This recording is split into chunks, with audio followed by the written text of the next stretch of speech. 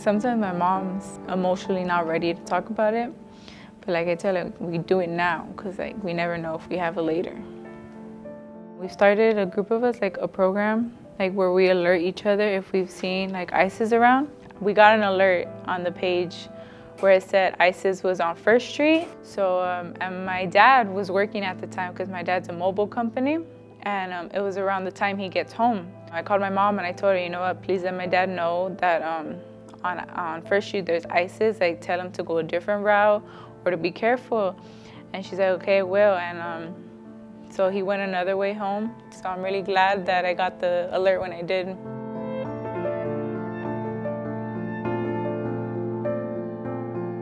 We have to keep each other safe. So that's one thing that really helps me, like knowing that my community cares about each other. Like, it really makes me happy.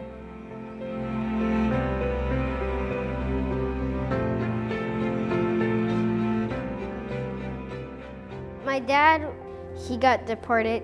A friend told my mom, like, tell them that made her to go to Mexico.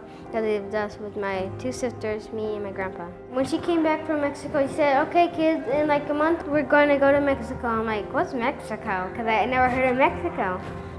We woke up at like 5 or 6 in the morning, and it took us a long time to get to Mexico.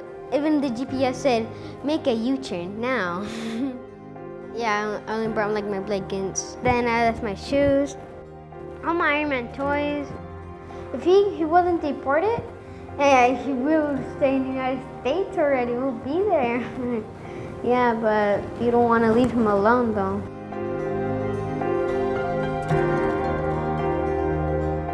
If you lose your family, who are you gonna stay with? You're just gonna be all alone, sad. So then that's why you need your family to like warming you up and like cuddle with you or something. Yeah, you need your family to be happy.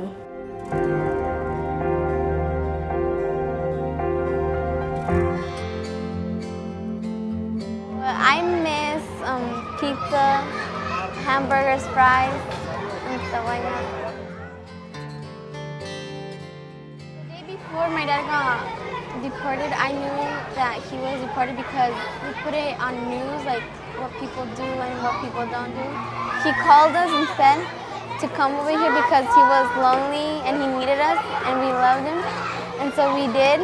We packed everything and we came with him.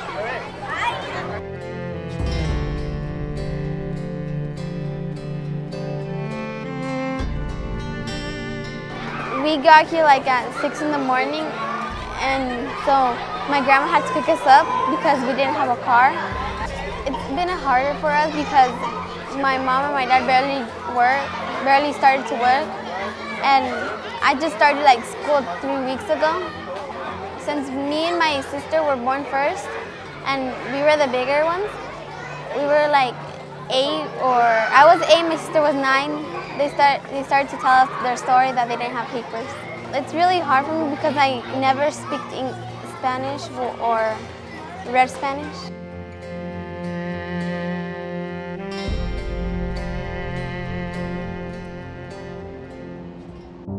If my mom were to ever get deported, I don't know where I'd be. My mom's been scared lately. We don't really like talking about the topic. It gets us really in a sad feeling.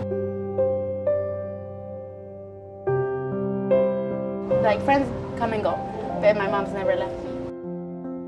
My mom, usually there's times where she doesn't eat breakfast because she's either in a hurry making my breakfast, my sister's, or my dad's. But if she doesn't take at least something to eat, I always bring her like a banana or something before we leave because I make sure she eats. I used to say that I wanted to be a doctor, but a pediatrician. But now that I see all this happening in our community, I want to help out and I want to be an immigration lawyer. I want to turn out to be something like that. And if I get to do something like that, I'll be really happy. I respect my mom because I love her a lot. And without her, I don't know where I'd be.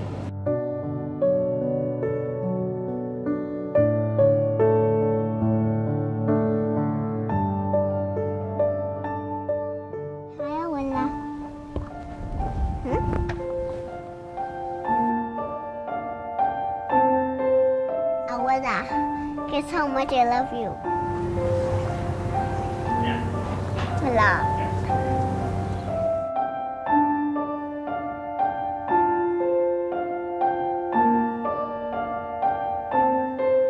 I don't know what to do on my own if I can't stay alone at the house. If I stay there, no one's gonna take care of me.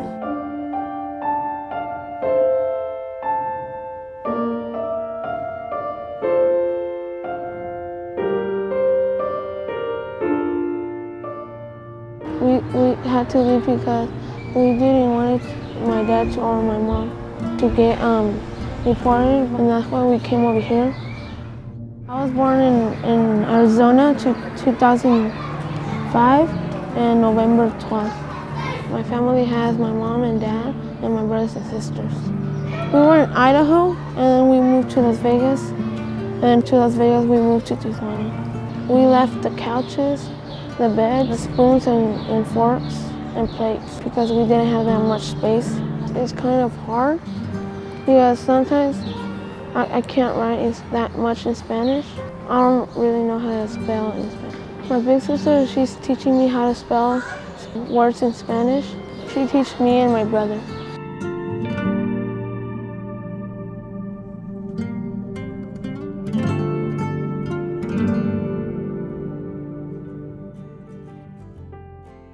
My parents believe that education is the way. They believe a lot in hard work.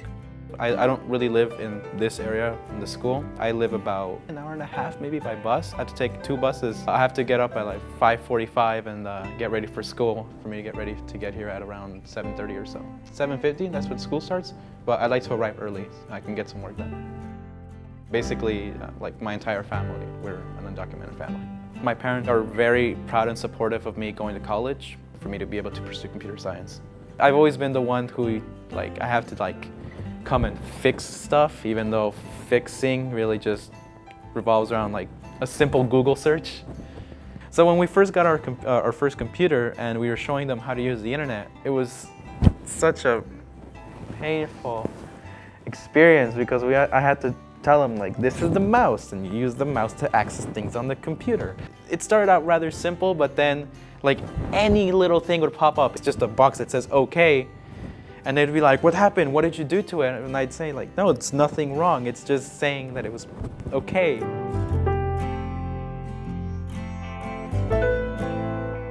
I don't want to know what it would be like for my parents to leave us right now.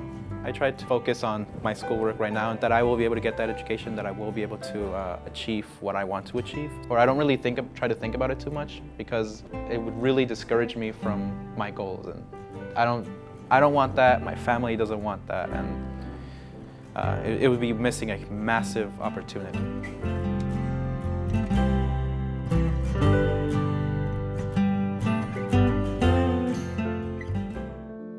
I felt sad that they took my dad to Mexico and we had to go. And they could have took my mom too and took us to a foster home. But they didn't do it. My dad was driving to work and the police got him and they deported him to the ICE. I was scared. I was surprised that they took my dad and then I started crying.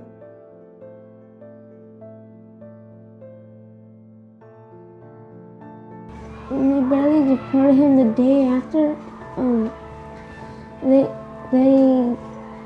put it on Facebook that they had deported someone to Mexico, and that's when my mom found out.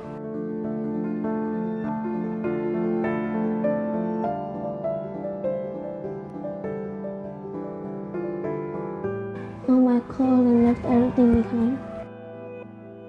And sofas, beds, and food.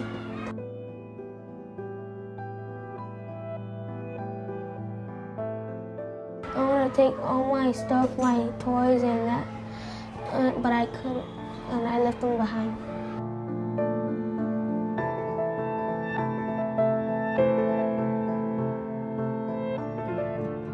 I miss being with my sisters. we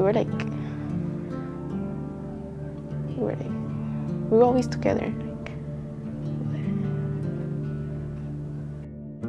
Sometimes when I had like problems in school and stuff like that, I used to go with them.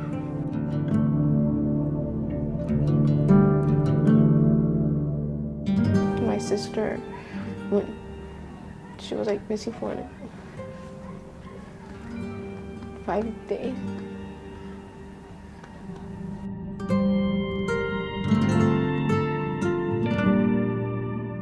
It's still hard because I was more close to her.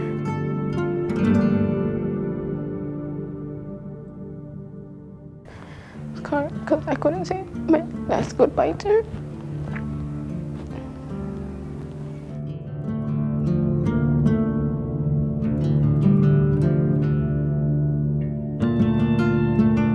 Having Tina.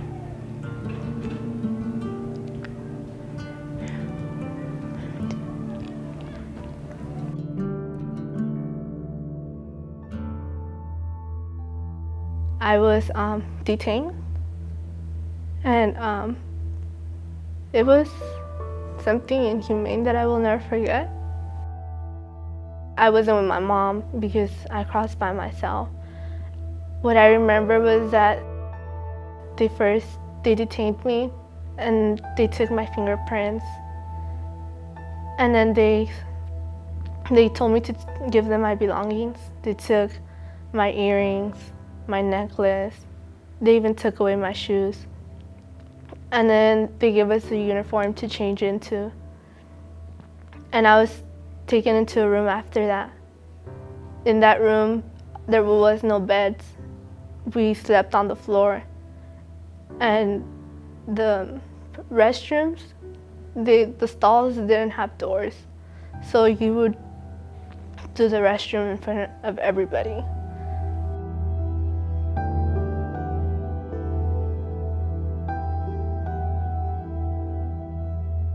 Having to wait there for 2 days was something I'll never forget. And I think that's what motivates me to succeed in life. Because I'm not gonna let that demean me and belittle me. That should empower us to be better and to show the people that immigrants are not all those generalizations that they say we are. It's not something that humans should do to one another.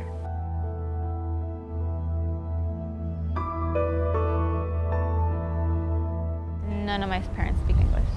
Being the oldest, I've had the role of like translator, like when they go places. When the owner of the apartments where we live in, like when he would come, he spoke a little bit of Spanish, but it was kind of difficult, but I had to be there and translate. It was really awkward. Being a translator, I'd say I like it because I gained the experience as well, and it has helped me become more fluent in both languages. It's taught me to be a leader. I have this idea of like owning my own business and like being at the top of that building, like looking into the city. I have DACA right now, so I was really excited. Like I can actually go to college, I can apply for financial aid. I feel like I still have so much more to do, and I don't want to be just thrown out of the country.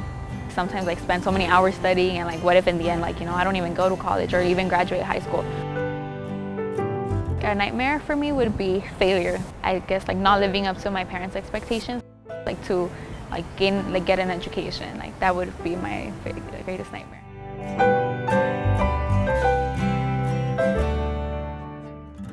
Bueno, yo viví algo triste porque mi familia estaba lejos de mí. Mi mamá se vino para los Estados Unidos. Ella me dijo que se vino acá para darme una vida mucho mejor. Ella me dijo que yo estaría con mis abuelos. Me quedé a los 5 años de edad. Tuvimos la última noche compartiendo con ella y diciéndome que ella se vendría para acá. Tanto existe la pobreza y también con la política, que es muy corrupto, y también mucha delincuencia en mi país.